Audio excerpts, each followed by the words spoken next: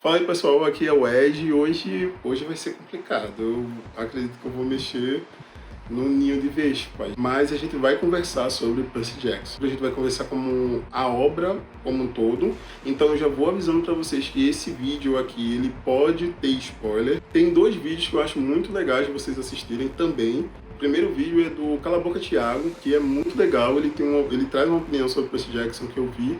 E eu concordo com assim, ó, com todo o vídeo, tudo que ele fala no vídeo eu concordo plenamente. E também tem um vídeo da arqueóloga Bia, que ela fala uma visão mais política. Já o vídeo do Thiago é uma visão mais optativa e a visão da Bia é uma visão mais política sobre isso. Agora eu vou falar pra vocês a minha interação com Percy Jackson. Eu comecei a ler Percy Jackson quando eu tinha 12 anos, 11 anos para ser mais específico. Tinha acabado de lançar o segundo filme, que era o Mar de Monstros, né? Não tinha lido ainda os livros. Então eu assisti o primeiro filme, esperei, assisti o segundo, gostei, fui com... Eu já tinha um livro, já tinha começado, mas enfim. Quando eu tinha 12 anos, eu achei muito legal o primeiro livro. Aí eu li o primeiro, o segundo e o terceiro e parei. No ano passado eu peguei essa série para poder ler, que eu precisava de uma série assim divertidinha. E eu peguei para ler, né? Todos os livros ali do Percy Jackson. Do que vai falar Percy Jackson? Acho que primeiro seria legal trazer isso para vocês. O que é o Percy Jackson? Percy Jackson, a gente vai acompanhar um garoto de 12 anos. Ele mora com a mãe, com o padrasto, e o Percy, ele é um garoto assim, traquino. Ele é um garoto traquino, ele é um garoto virado. Ele entra em escola, ele sai de escola, ele arruma briga, ele sai de briga. Ele é um personagem divertido, eu gosto do Percy, e ele é um personagem que ele faz muita indagação, ele se questiona muito sobre as coisas. Eu acho isso muito legal. O Percy, ele é diagnosticado com TDAH, e dislexia. A história, né, vai girar em torno desse garoto que em determinado momento descobre que ele é um semideus. Com isso, a partir do momento que ele descobre, e com a idade, quanto mais velhos os heróis vão ficando, monstros começam a atacar. E aí o Percy, ele vê deslumbres desses monstros de vez em quando, sabe? Coisas assim que parecem, e ele olha de novo e volta ao comum. Existe um véu, né? O véu, ele vai esconder aquilo de você. E a gente acompanha essa primeira história, né? Que a gente vai acompanhar o Percy descobrindo que ele é um herói e ele indo para um local que é chamado de acampamento meio-sangue. Todos os semideuses ficam ali naquele lugar porque aquele lugar é protegido, os monstros não conseguem entrar. Então alguns personagens, algumas pessoas dali saem em missões para poder trazer os heróis para colocar ali, que ali é um lugar seguro, né? Então ali eles vão aprender a lutar, vão aprender a se proteger. Uma das coisas que quando a gente chega nesse acampamento meio-sangue é que quem cuida desse acampamento é o Dionísio, e ele está sendo penalizado por conta de alguma coisa que ele fez, eu não vou lembrar exatamente o que é agora. Parece que ele passou do limite de uma festa, algo desse tipo, né? A gente vai conhecer a Annabeth, que é a Beth, que é filha da deusa Atena, e a gente vai descobrir que ele é filho de Poseidon. Há uma regra que os três deuses principais ali do reino não devem ter filhos, porque foi feita uma previsão quando um garoto, filho desses três, um garoto, uma garota, um filho deles, ou uma filha, completasse 16 anos, esse garoto poderia mudar o mundo deles, ou até encerrar com a Era dos Deuses. A comparação mais comum que é feita com Percy Jackson é com Harry Potter. E comparando o primeiro livro de Percy Jackson com o primeiro livro de Harry Potter, eles estão assim, num nível ok. Talvez a história do Harry Potter é um pouco mais complexa, talvez um pouco mais, por conta de alguns elementos que os autores decidiram tomar, sabe? Mas talvez assim, mas eles estão ali no mesmo nível. O que acontece com Harry Potter e que não acontece com Percy é que Harry Potter ele começa a história com 10 anos e ele vai crescendo e a história vai amadurecendo junto com ele. A história do Percy, eu não tenho essa sensação. Parece que o público-alvo é o público de 12 anos que a gente acompanha junto com o Percy, né? O Percy tem 12, então o público-alvo é adolescente com 12 anos, né? O público-alvo são adolescentes com 12 anos. Parece que o próximo livro ainda é com adolescentes de 12 anos. E o próximo também. E o próximo. Não parece que a história ganha essa profundidade de entrar ali, de entrar na primeira fase da adolescência. E eu acho que esse é um dos maiores problemas com Percy Jackson.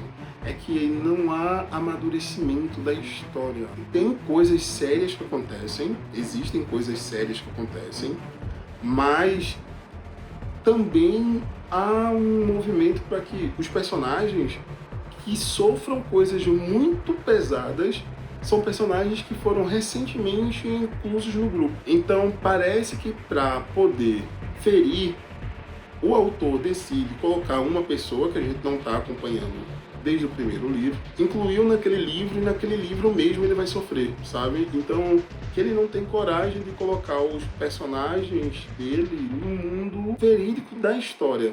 Imaginem você viver com monstros correndo atrás de você, você não podendo ficar em escolas, não podendo ter amigos. Então, assim, essas crianças, elas são crianças à margem, sabe? Elas são crianças excluídas, elas são crianças que as outras crianças não querem ter por perto, porque elas dizem ver coisas, elas falam coisas, elas fazem coisas que as crianças ditas como comuns não fazem.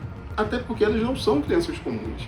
Elas são semideuses. Há todo um terreno para ser percorrido ali, sabe? Tanto que quando eu estava fazendo a leitura de Percy Jackson, o Luke, que é o vilão da história, por muitas vezes eu olhava e eu dizia assim, cara, mas ele está coberto de razão do que ele está fazendo. Não é possível que ninguém concorde com isso que ele está fazendo. Dentro de tantas visões de dentro desse lugar, não é possível que alguém não concorde com isso.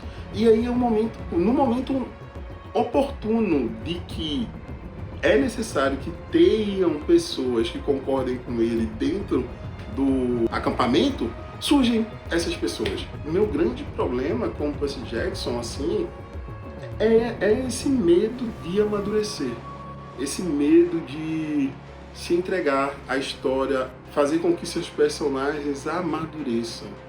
E principalmente o final do Percy Jackson. O que acontece em Percy Jackson? Essa visão, né, que se tem, alguém vai acabar com tudo, né, pode acabar com esse mundo dos deuses, e quem vem para poder destruir com isso é o pai dos deuses, no caso, Cronos. Ele vem, né, ele é o grande vilão da história, ele tem usado o Lu para poder alcançar o que ele quer, e aí a gente tem essa grande batalha final, quando eles são encurralados. E enquanto essa grande batalha final tá acontecendo, e aí, gente, isso para mim foi uma quebra. O plot estava sendo construído, a guerra estava acontecendo, e isso estava acontecendo paralelamente. Eu acho que foi um único momento de toda a série que eu me coloquei muito no lugar do Percy. Quando chegar no final, o Percy conhece uma outra garota, né? Que é a garota que vai acabar sendo o oráculo.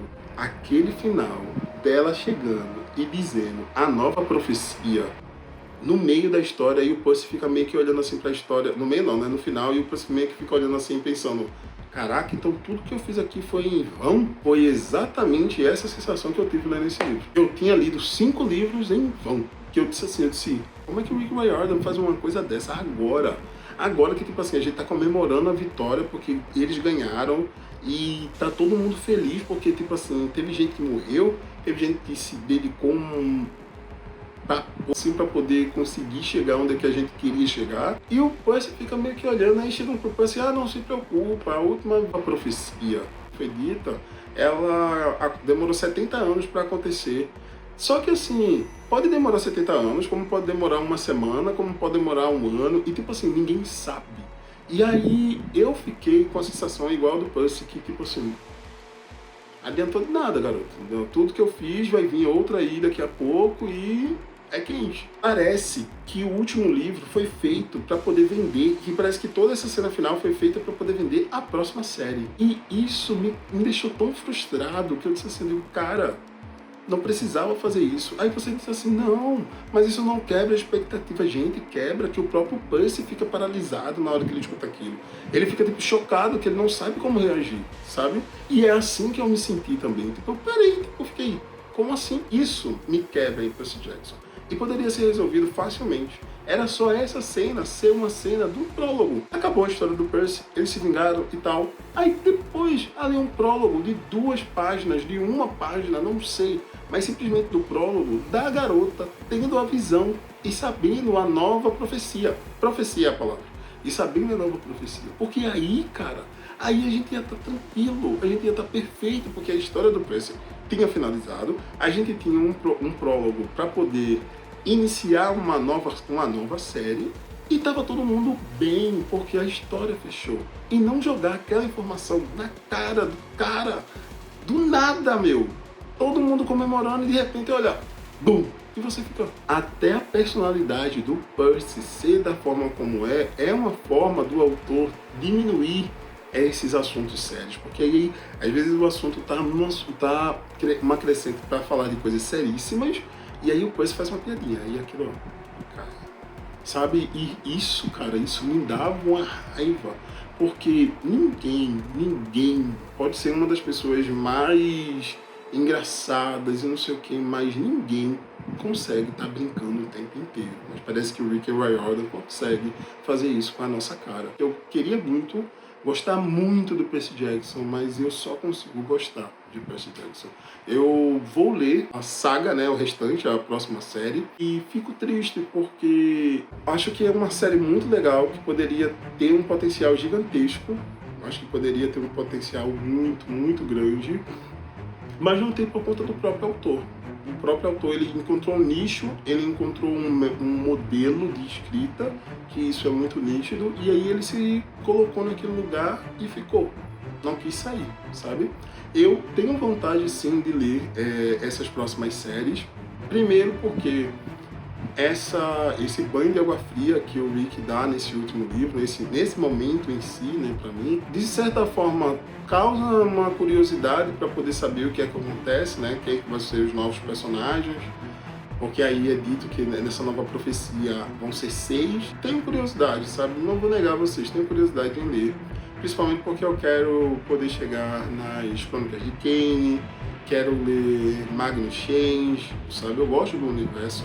Acho o universo interessante, só que eu vejo que ele tem medo de arriscar. Eu vejo o Rick Riordan num lugar de seguro que ele não consegue, não quer. Ele não é que ele não consegue, ele não quer. E isso é o que me deixa mais triste com a expectativa que eu coloquei em Percy Jackson. Para mim, o melhor livro da série é o 4º livro. Eu sei que muitos fãs gostam do 3º, mas para mim o 4º eu acho ele o melhor. O 4º a gente vai ter um aprofundamento ali no personagem do Nico. Hoje tá saindo o último episódio da 2ª temporada do Percy Jackson.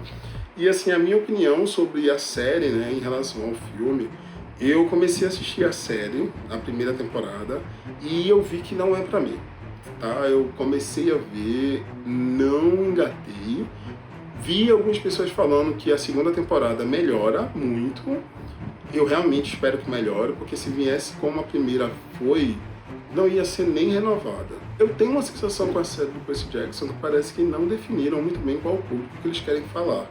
É isso, sabe? Eu espero não ser massacrado por vocês. Entendam minha visão sobre o Percy Jackson e vou trazer pra cá. Eu tenho do Percy Jackson até...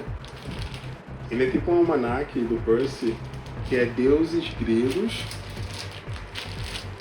E eu gostei muito desse livro, tanto que assim, Percy Jackson foi uma série que me deixou tão chateado que eu simplesmente dei fim ao meu box de Percy Jackson, eu passei pra frente. Esse livro é especificamente para os deuses gregos, entendeu? Então, para os deuses. Ele vai fazer a leitura ali dos deuses, ele vai falar sobre por que os deuses foram engolidos e não morreram, que eu acho sensacional a explicação. Eu gostei muito quando eu fiz a leitura desse daqui, eu achei muito legal, achei divertido, porque o Percy é quem tá contando isso pra gente, pelo que eu lembro. Pra mim, a série como um todo, o melhor livro é o 4º, e aí o 2º melhor livro da série pra mim é esse daqui, que eu gostei de verdade desse livro aqui, achei muito legal. Bonitaço, ele é grandão. Se você concorda ou discorda de mim, coloca aqui nos comentários. Eu espero vocês para os próximos vídeos e também espero vocês para os próximos vídeos de Rick Riordan, que eu, apesar de ter tido essa experiência com o homem, eu não vou desistir do cara. Eu vou trazer para cá e vamos ver o que vai dar.